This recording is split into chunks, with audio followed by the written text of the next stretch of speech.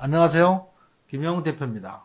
2021년 하반기에 크게 상승할 업종 중에 반도체 장비와 소재주에 대해서 좀 자세히 알아보는 시간을 갖도록 하겠습니다.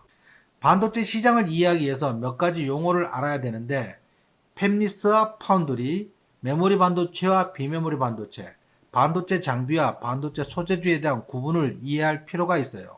제조 공장이 없이 반도체 설계를 전문화하는 기업을 팹리스라고 하는데, AMD, 퀄컴, 엔비디아 등이 있어요.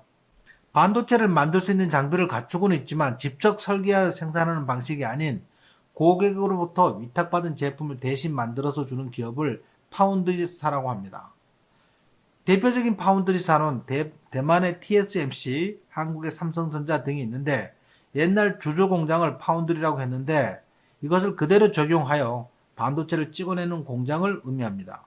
메모리 반도체는 정보를 저장하는 용도로 사용되는 반도체로 D램, S램, V램 등을 메모리 반도체에 속하고, 비메모리 반도체는 연산, 논리 작업 등과 같은 정보 처리를 목적으로 제작되는 반도체를 말합니다.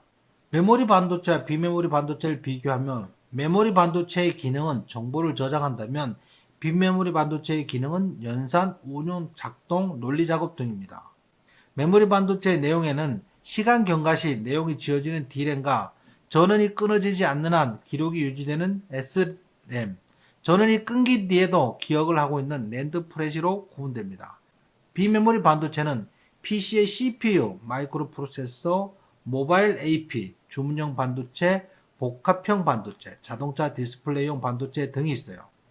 메모리 반도체 생산 형식은 단순한 기능으로 대량 생산을 하는 게 일반적이고, 비메모리 반도체는 다품종 소량 주문 생산하는 것이 기본입니다.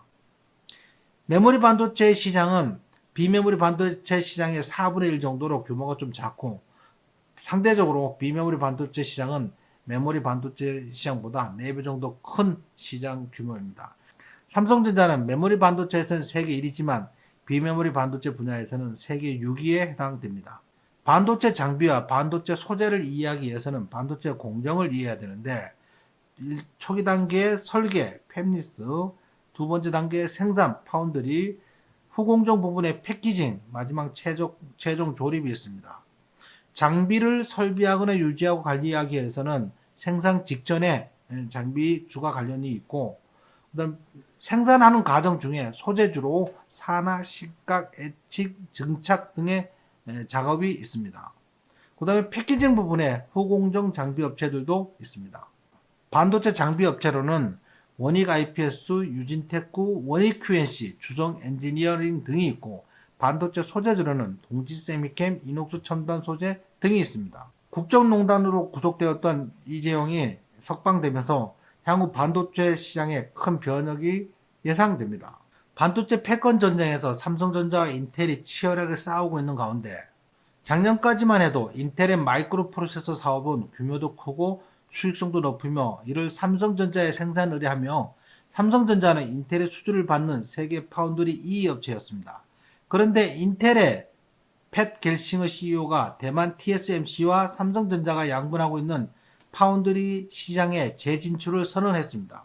취임 한 달 만인 지난 3월 200억 달러를 들여 미국 애리조나주에 2개의 신규 반도체 공장을 짓겠다고 공언하였는데, 또한 최근 파운드리 3위권 업체인 글로벌 파운드리 인수를 추진하고 있어요.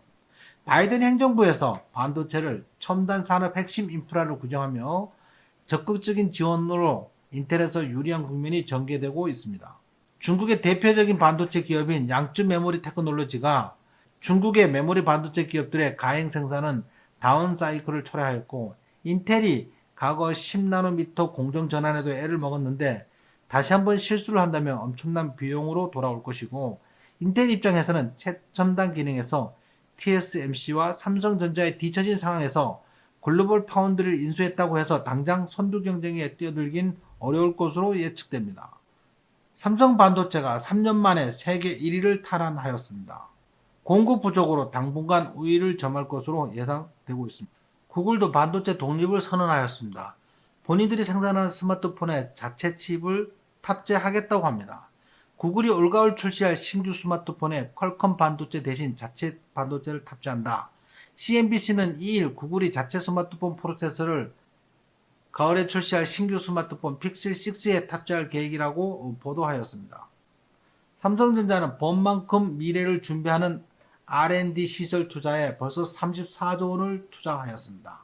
삼성전자가 올해 상반기 반도체 디스플레이 등 핵심 주력 산업의 기술 경쟁력 강화를 위한 연구개발에 사상 최대 규모인 10조 8,200억 원을 투입한 것으로 나타났습니다. 결론을 말씀드리자면 반도체의 치열한 선두 다툼이 일어나고 있는 가운데 삼성전자 이재용의 가석방으로 투자 활성화가 기대되고 삼성전자 R&D 시설 투자에 30조 원을 하였으며 인텔 미국 애리조나주에 200억 달러의 신규 반도체 공장을 신설하였고 바이든 행정부가 반도체 산업에